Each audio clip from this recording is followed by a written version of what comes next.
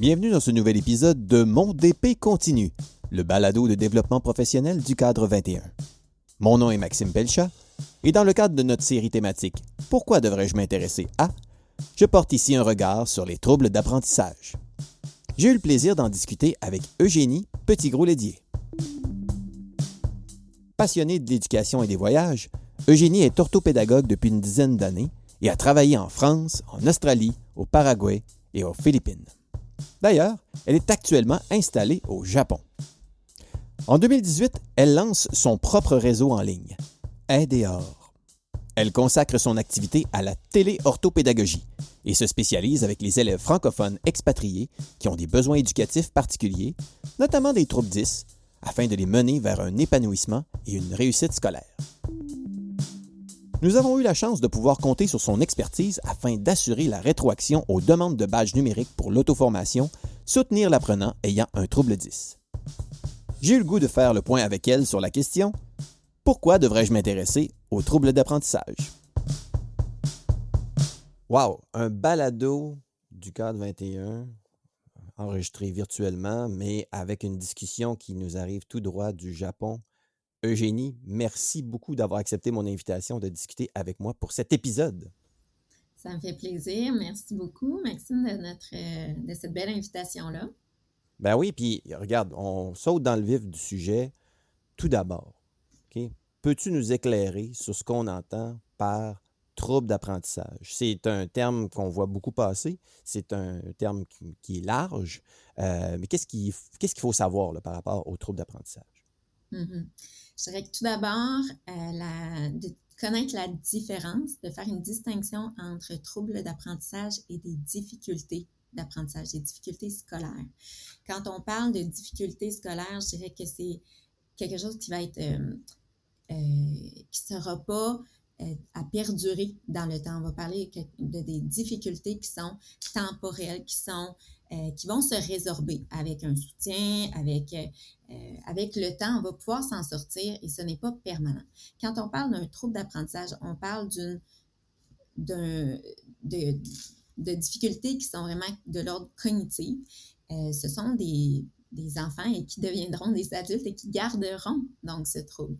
C'est on va dire, par exemple, que c'est sans déficience intellectuelle, ça c'est très important, qu'il n'y a pas de déficience non plus auditive et visuelle. Donc, c'est vraiment un trouble cognitif qui va avoir des répercussions soit sur la lecture, sur l'écriture, sur les mathématiques, sur aussi notre capacité de mémoire de travail. Donc, des répercussions après sur, pas seulement scolaire, mais sur un peu tout l'environnement. Mm-hmm. Puis, bon, on sait que quand on parle d'apprentissage, on fait le lien direct avec l'école. Les enseignants, les enseignantes ne sont pas des professionnels des troubles d'apprentissage. Puis, ça demeure une dimension qui a pris une place de plus en plus importante, peut-être parce qu'il y a une démocratisation du savoir à ce sujet-là, probablement des avancées aussi pour mieux comprendre ces différents troubles d'apprentissage. Et on a évidemment beaucoup de relations qui sont de plus en plus grandes avec des professionnels. C'est qui les professionnels qui tournent autour des troubles d'apprentissage puis qui viennent justement en appui à ces jeunes-là, puis comme tu le dis, à ces futurs adultes qui vivent avec des troubles d'apprentissage? Alors, il y a, selon les pays aussi, je dirais, mais en général, des orthopédagogues qui sont au Québec en première ligne, ça c'est sûr, qui vont interagir pour aller dépister, pour aller observer, donc qui vont pouvoir ensuite orienter vers un autre professionnel si besoin. Donc, des professionnels, des apprentissages qui vont redresser pour se rapprocher le plus possible de ce qui se fait à l'école. Ensuite, autre des orthopédagogues, il y a des orthophonistes, bien sûr. Mm-hmm. Quand ça va toucher le langage, la communication, c'est sûr que ce sont les orthophonistes qu'on va aller voir. Ils vont pouvoir dépister, par exemple, une dysphasie, donc tout ce qui est par rapport à la compréhension des mots et puis aussi à la prononciation. Donc, il y a aussi des psychologues qui peuvent aider les élèves qui ont des troubles 10. Donc, que ce soit pour l'estime de soi, la conception déjà de tout ce qui est vraiment dans les émotions, ce sont des personnes qui vont avoir peut-être des besoins pour autoréguler un petit peu leurs émotions. Il y a des ergothérapeutes aussi qui vont travailler tout ce qui est la Mhm. coordination motrice. Donc, de tenir le crayon, tout le corps, l'hémisphère droit et gauche. Donc, euh, ce qui est par rapport au corps. Puis, il y a des médecins aussi, des neuropsychologues, ou on dit aussi neuropédiatres selon les pays, Mhm. qui vont pouvoir dresser aussi des diagnostics vraiment côté médecine. Donc, de pouvoir mettre des termes, de pouvoir accompagner par rapport au bilan là, neuropsychologique. Ça, c'est très important, là, cette sphère-là, même s'ils ne sont peut-être pas toujours dans de l'intervention, Mhm. mais on y passe pour faire des évaluations, pour avoir des documents, pour... Donc, une panoplie de Oui, spécialistes qui sont qui creusent et qui continuent de creuser pour ces différents troubles-là pour évidemment et mieux accompagner ceux qui les vivent avec. Non, c'est vas-y. vrai, c'est vrai que quand on n'est pas du domaine, ça peut paraître avoir là, beaucoup, beaucoup d'intervenants. Et je pense que ce qui est important aussi pour les enfants, c'est de ne pas avoir, on dit, une multiplication d'intervenants en même temps. Donc, on peut aller voir une orthophoniste ou un orthophoniste sur un certain temps. Puis ensuite, on peut euh, faire une petite coupure, interrompre et aller voir un autre spécialiste. Puis, des fois, c'est de la psychologie qu'on a besoin. Et là, on va retourner voir l'orthopédagogue parce que là, ce sont des besoins vraiment à l'école qu'on a besoin. Donc, de faire peut-être un ou deux à la fois, ne pas, mais effectivement qu'il y a plusieurs professionnels qui vont œuvrer d'une manière différente et l'intervention est très différente euh, selon la spécialisation Mm. du professionnel. Donc, ça demeure quand même un univers un peu complexe, un peu par rapport à ce que, comme tu viens de dire, là, qu'il peut y avoir croisement entre différents types d'interventions, puis qu'on veut pas, qu'il y en a peut-être qui sont prioritaires par rapport à d'autres et tout ça. Puis, puisque les enseignants, les enseignantes, on n'est pas des spécialistes de ces troubles-là, évidemment, on vit on les constate en classe. Ça explique des fois des éléments qu'on voit que des difficultés d'apprentissage. Ah, OK, il y a peut-être un trouble qui est relié à ça. On a de l'information au sujet-là, mais malgré que l'information circule, on pourrait dire de plus en plus, qu'elle circule mieux, est-ce qu'il y a encore des préjugés ou des mythes qui tournent autour là, des troubles d'apprentissage? Oh oui, il y en a vraiment beaucoup encore. Alors, ça aussi, je dirais que ça dépend hein, des cultures ou des... Mais effectivement, qu'on l'entend encore vraiment beaucoup, soit que c'est ah, qu'il il est pas assez stimulé à la maison ou ah, il est donc paresseux. Moi, j'entends il y a un poil dans la main. Ah, il faut faire plus d'efforts. Mais alors que ce sont des élèves qui font le double, triple quand ils mettent les bouchées doubles d'efforts, mais c'est juste que c'est pas toujours reconnu. Tout le temps passé à les apprendre les mots de vocabulaire, parce que si l'élève n'a pas des stratégies qui sont efficaces, c'est vrai qu'il va passer beaucoup de temps à faire peut-être des exercices qui ne lui seront pas Mhm. qui ne l'aideront pas. Donc, souvent, on peut effectivement entendre ça c'est pas de la mauvaise volonté de personne. Je pense que c'est quand on ne le sait pas, on pense que ça peut venir.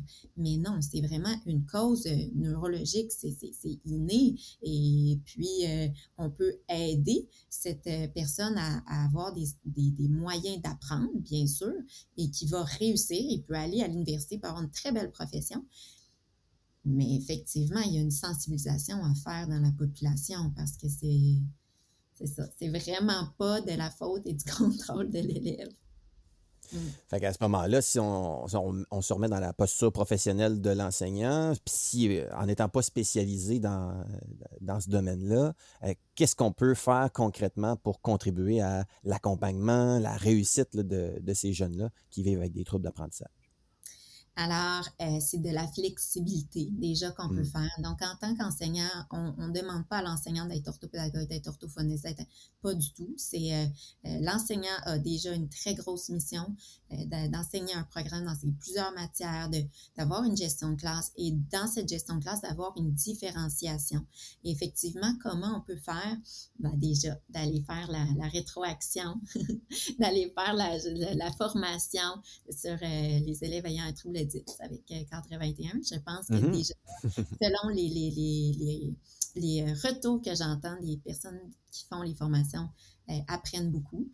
Donc, de faire déjà des petites adaptations, que ce soit côté de l'organisation, peut-être de permettre on le voit de plus en plus, des vélos pupitres ou sans faire des gros achats, peut-être juste, des fois, on voit ça, une boîte par terre, puis l'élève s'assoit dans la boîte, puis c'est différent, dans le sens où c'est une position qui est peut-être plus confortable. Le laisser, des fois, être debout, le laisser être couché selon certaines activités. Bien sûr que si c'est une rédaction, ben, puis qu'on souhaite que ce soit bien écrit, puis bon, il y a certains moments où on a des attentes, puis il y a quand même des règles et une structure, hein, ça c'est sûr. Mais donc, de varier les supports aussi. Est-ce qu'on fait tout papier-crayon ou alors est-ce qu'on peut varier des fois à l'ordinateur, à la tablette, le tableau blanc? Si on n'a pas tout ça, bien, est-ce qu'on peut permettre qu'ils s'enregistrent à l'oral, de passer à l'oral devant l'enseignant ou de s'enregistrer? Donc, il y a vraiment beaucoup de moyens de quitter seulement l'enseignement magistral ou aussi l'élève qui répond tout le temps dans un cahier. Parce que vraiment, il y a beaucoup d'élèves avec des troubles 10 qui ont des très belles capacités, qui vont passer par l'oral ou qui vont passer par le dessin. Et malheureusement, ces deux canaux-là sont très, très peu utilisés, ce qui fait que toutes leurs connaissances ne sont pas mises à profit. Ils gardent les informations dans leur tête, puis quand ça sort à l'écrit, ben d'abord, ça peut être bourré de fautes, ça peut être, on n'arrive pas à lire, ils n'arrivent pas à écrire assez vite, ou bref, ils écrivent juste beaucoup moins que tout ce qu'ils savent. Donc, si on veut accéder à leur potentiel, c'est vrai qu'il faut différencier, il faut avoir une flexibilité, effectivement. Donc, on revient à des éléments de stratégie pédagogique qui sont diversifiés, qui sont adaptés, qui sont optimisés, dans le fond, pour pouvoir développer le plein potentiel du plus grand nombre, évidemment, puis de laisser personne derrière. Mm. Mais là, tu sais, Eugénie, ici au Québec, là, depuis plusieurs mois, même années, hein, on parle de pénurie de ressources humaines sur le terrain, autant chez les enseignants que chez les professionnels, les ressources spécialisées. Donc, tu sais, sur le terrain, ben, pour mettre en œuvre tous ces éléments-là que tu viens de nous présenter, c'est pas toujours facile. Est-ce que, est-ce que il y a des pistes de solutions qui semblent bien fonctionner pour être capable de quand même, malgré ce contexte-là, répondre aux besoins de ces jeunes qui vivent avec des troubles d'apprentissage? Mm-hmm. Je pense que pour des parents qui veulent se renseigner pour savoir comment aider leurs enfants, il y a plusieurs formations. Ça peut être dans des groupes Facebook, dans des entraides avec d'autres parents. Ça peut être aussi par des petites vidéos sur YouTube, de savoir comment on peut agir aussi avec les enfants s'ils arrivent à la maison le soir puis l'enfant est brûlé, il a fait tellement d'efforts dans sa journée, il ne sait plus comment gérer ses émotions. C'est vrai que pour les parents, des fois, c'est difficile, effectivement. Et pour les enseignants aussi, je dirais qu'effectivement, s'il y a une pénurie, puis qu'ils n'ont pas d'aide d'un technicien en éducation spécialisée, ou bon, ça fait des grosses journées, effectivement, monter toute cette différenciation-là peut prendre du temps aussi, là, de penser à plusieurs manières de présenter notre contenu, Bon, alors, je pense qu'il faut aussi se tourner des fois vers des instances privées et recommander aux parents ou à l'école de faire appel à... Donc, on le voit de plus en plus, ça peut être avec la téléorthopédagogie, par exemple, d'avoir un lien avec des téléorthopédagogues, mais qui sont peut-être au privé, qui vont intervenir, ou alors de recommander aussi aux parents un support pour l'enfant à l'extérieur de l'école, ce qui fait qu'il va quand même avancer et apporter peut-être des aides-mémoires dans la classe, apporter quand même du contenu qui va être en collaboration dans la mesure du possible, mais de pouvoir avancer aussi dans son contexte de classe. Donc, je pense qu'effectivement, il faut peut-être se retourner vers le privé à certains moments, là, s'il y a vraiment une pénurie au public, puis que les enseignants, et encore là, je dirais que les enseignants, ce qu'il y a, c'est que s'ils veulent faire des formations ou bon, est-ce que ça vient des commissions scolaires ou est-ce que c'est sur leur temps personnel? C'est ça aussi, c'est beaucoup d'investissement, il faut quand même se le dire. Donc, des fois, durant les journées pédagogiques, hein, je pense que les enseignants font justement les formations du cadre 21, puis... Effectivement. Donc, on part tout d'abord par de l'information pour bien comprendre, pour être sensibilisé à ces différentes dimensions-là, puis après ça, potentiellement de voir des pistes d'action. Puis je comprends bien qu'il y a un travail d'équipe, il y a un travail d'équipe avec à l'intérieur de l'école entre les différents intervenants, les enseignants, les professionnels. Tu parlais des techniciens en éducation spécialisée tout à l'heure, qui sont des ressources qui semblent très, très, très courues, particulièrement au niveau primaire. Mais aussi, tu l'as mentionné, avec le travail à la maison, avec les parents. Donc, c'est tout un travail d'équipe, dans le fond, là, qui est là pour entourer ces jeunes qui vivent avec des troubles d'apprentissage. Puis, tu vois, ça me fait penser, toi, tu es orthopédagogue, ça fait un bout de temps là, que tu œuvres là-dedans, tu travailles même dans le domaine de la télé-orthopédagogie, si j'ai bien compris. Euh, Est-ce que tu as eu l'occasion de constater des belles réussites là, sur le terrain, puis de dire que, OK, ce travail un peu là, comme d'équipe là, dont tu parlais tout à l'heure, il y a eu vraiment là, quelque chose qui a vraiment porté fruit pour accompagner et soutenir des jeunes qui vivent avec des troubles d'apprentissage? Oui, et justement, c'est avec la collaboration. C'est qu'on a mis en place dans un lycée français à l'étranger un pôle pour les élèves à besoins éducatifs particuliers, vraiment avec un local de réussite, donc un local pour effectifs réduits pour les évaluations, avec un ordinateur, avec la reformulation, avec plus de temps. On a vraiment avancé avec les enseignants pour qu'ils acceptent et que ce ne soit pas vu comme de la triche, pour que les élèves puissent recevoir aussi les évaluations.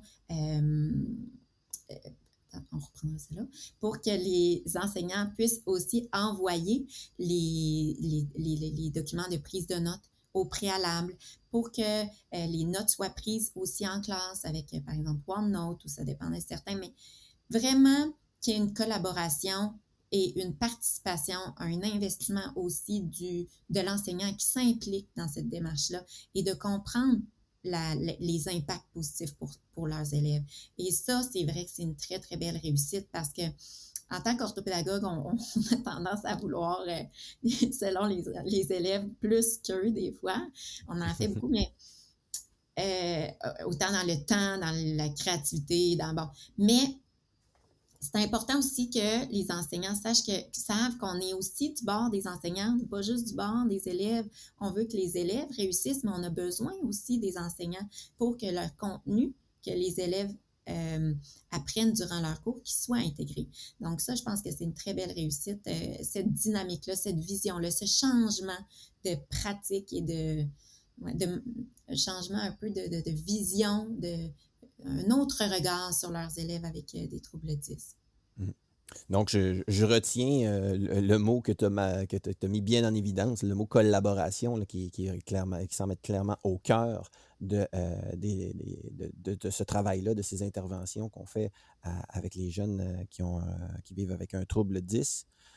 Donc, tu l'as mentionné, la formation continue, c'est une bonne piste pour les gens sur le terrain, pour s'informer, pour voir, pour s'inspirer, puis de voir concrètement qu'est-ce qu'on peut mettre en place là, dans notre pratique. Si je suis intéressé à en savoir un peu plus là-dessus, là, fait qu'au-delà de la riche auto-formation sur cadre21.org, est-ce qu'il y a d'autres ressources auxquelles tu penses qu'on pourrait aller jeter un coup d'œil, qu'on pourrait aller s'abonner? À quoi tu penses là, quand je te dis ça? Alors, moi, c'est sûr que, étant donné que je suis très impliquée dans l'aide aux élèves avec des troubles d'apprentissage, j'ai une page Facebook que je vous recommanderais, c'est sûr. Donc, de juste aller sur AIDEOR, A-I-D-E-O-R, AIDEOR, Aide en orthopédagogie. C'est sûr qu'on passe beaucoup, beaucoup de contenu qui est de prévention, de dépistage. Non, pas seulement de dépistage. On passe beaucoup de contenu de prévention, de sensibilisation. Mhm. Donc, ça pourrait être une page dans laquelle vous pourriez trouver des réponses ou des fois aussi conférences, des dates de conférences qu'on Oui. va relayer, donc pour vous, pour aller vous inscrire.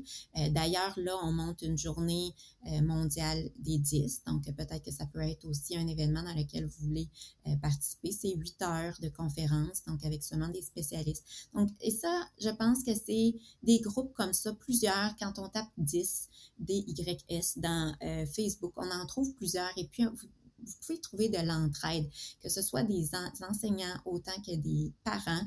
Il y a vraiment des échanges sur des façons de faire qui fonctionnent à la maison dans sa classe. Donc, allons les partager, puis allons les essayer. C'est vraiment riche de pouvoir trouver des solutions tout le monde ensemble. Et puis, il y a des livres aussi qu'on peut se documenter avec, bon là, il y en a plusieurs ça aussi, mais j'en ai sorti 2 parce que ils sont pas trop théoriques. Donc, c'est deux qui sont en France. Pourtant, on parle beaucoup qu'au Québec, il y a beaucoup de choses qui se passent en éducation, mais ces 2 livres-là, je pense qu'ils apportent aussi des visions, des moyens pratiques, là, concrets. Alors, il y en a un qui s'appelle Guide de la différence et c'est Célie Champ qui l'a écrit et c'est une ergothérapeute en France.